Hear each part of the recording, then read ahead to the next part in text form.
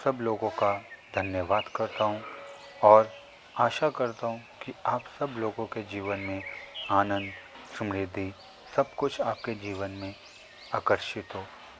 तो दोस्तों, शुरू करते हम आज की कहानी। दोस्तों, एक बार एक राजा था।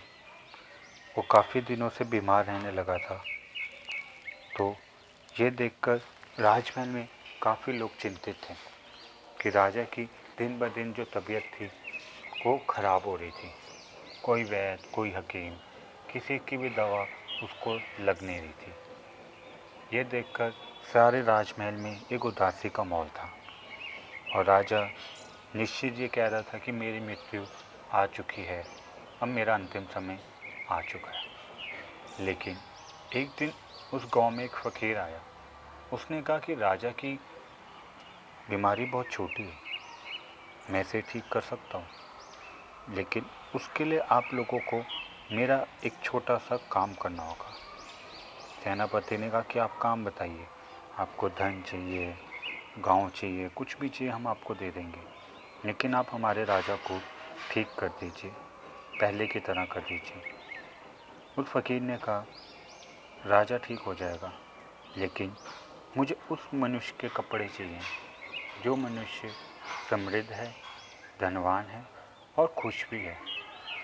ये सुनते ही सेनापति ने अपनी सेना को आदेश दिया और कहा कि जाओ पूरे गांव में छान मारो कि तुम्हें कोई ऐसा व्यक्ति मिलता है या नहीं। सेनापति जा चले गए ढूंढने, ढूंढते रहे एक गांव से दूसरे गांव, एक व्यक्ति से दूसरे व्यक्ति, लेकिन शाम होते होते तक उन्हें कोई भी ऐसा व्यक्ति नहीं मिला। उनका उल्लास, उनका जोश एक उदासी में बदल गया। रात होते होते वे राजमहल पहुँचे और उन्होंने कहा कि मेरे को कोई भी ऐसा आदमी नहीं मिला। तभी उन्हें एक बहुत ही सुंदर बांसुरी की आवाज़ सुनाई दी। उन्होंने कहा कि इतनी प्यारी बांसुरी बजा रहा है, ज़रूर ये इंसान सुखी और आनंदित होगा। तो वो उस आदमी के पास गए और उसको कहा कि तुम ज़रूर इतनी अच्छी बांसुरी बजा रहे हो तो तुम आनंदित होगे, खुश होगे और धनवान भी होगे। तो उसने कहा कि रात के अंधेरे में शायद आप मुझे नहीं देख पा रहे, मैं तो बिल्कुल ही वस्त्र के बिना हूँ। मैं खुशी खुशी राजा को अपने वस्त्र दे देता, लेकिन वस्त्र मेरे पास है ही नहीं, मैं तो बिल्कुल नंगा हूँ। जब बांसुरी है जो बजा लेता हूँ। तो वो राजमहल में वापस आए और कहा कि वो बांसुरी तो निश्चित अच्छी बजा रहा था, लेकिन उसके पास वस्त्र नहीं है। तो वो नहीं ढूंढ पाया ऐसा आदमी। और फ़कीर ने कहा कि मुझे पहले ही पता था कि ये काम नहीं होने वाला, क्योंकि जब मैंने कहा कि आप ऐसा इंसान ढूंढिए तो तुम्हें अपने आप को नहीं ढूंढा, अपने आप को नहीं देखा और तुम गांव में ढूंढने चले गए। सुबह होते होते राजा की मृत्यु हो गई, राजा मर गया।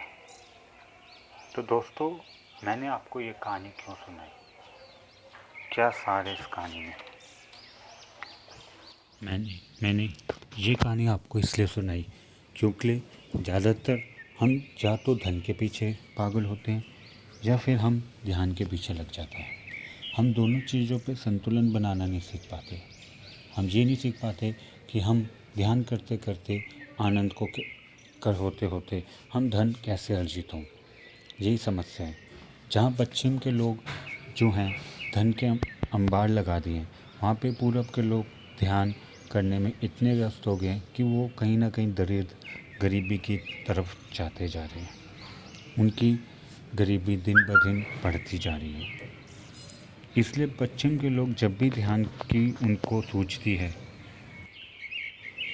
तो वह भारत चले आते हैं, और भारत के लोगों को जब भी धन का सूझता है तो वो पश्चिम चले जाते हैं।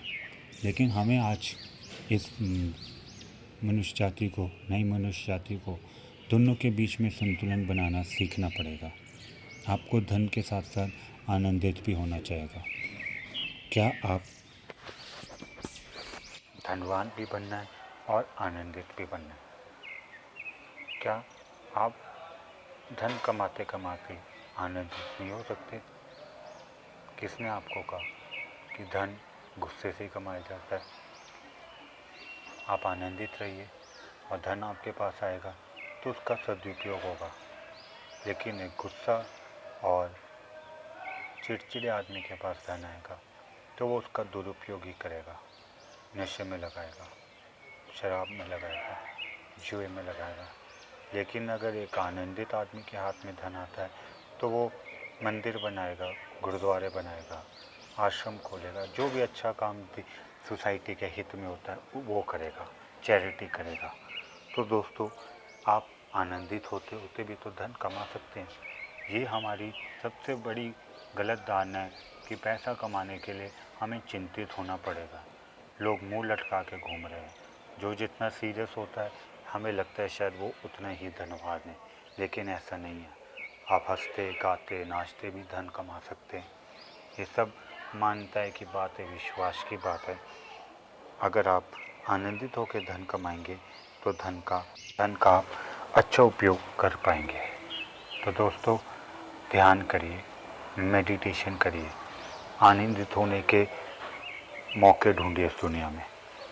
ध्यान दीजिए, 1 घंटा ध्यान करें, मेडिटेशन करिए, अपने आप के साथ बिताएं समय और अपनी आत्मा को खिलावट करें, आत्मा में उसको आनंदित करें और धन कमाएं। फिर अपने 23 घंटे धन कमाएं, कोई चिंता की बात नहीं। आप आनंदित रहते रहते भी धन कमा सकते हैं। अगर आप खुश रहेंगे तो आपके परिवार में जो पीछे हैं वो भी आनंदित रहेंगे। वो आनंदित रहेंगे तो आपके पास जो धन आ रहा है उसका आप इंजॉय कर पाएंगे। तो आपको आनंद खोजने के लिए कहीं बाहर जाने की ज़रूरत नहीं पड़ेगी। आप जहाँ होंगे वहीं आपको आनंद मिलेगा। तो दोस्तों, उम्मीद करता हूँ कि आप ध्यान शुरू करेंगे, अपने आप को आनंदित करेंगे। इसी विश्वास के साथ मैं अपनी ये वीडियो ख़त्म करता हूँ। मेरी बातों को इतने ध्यान से सुनने के लिए धन्यवाद। आपके भीतर बैठे परमात्मा को धन्यवाद। मेरा प्रणाम स्वीकार करें।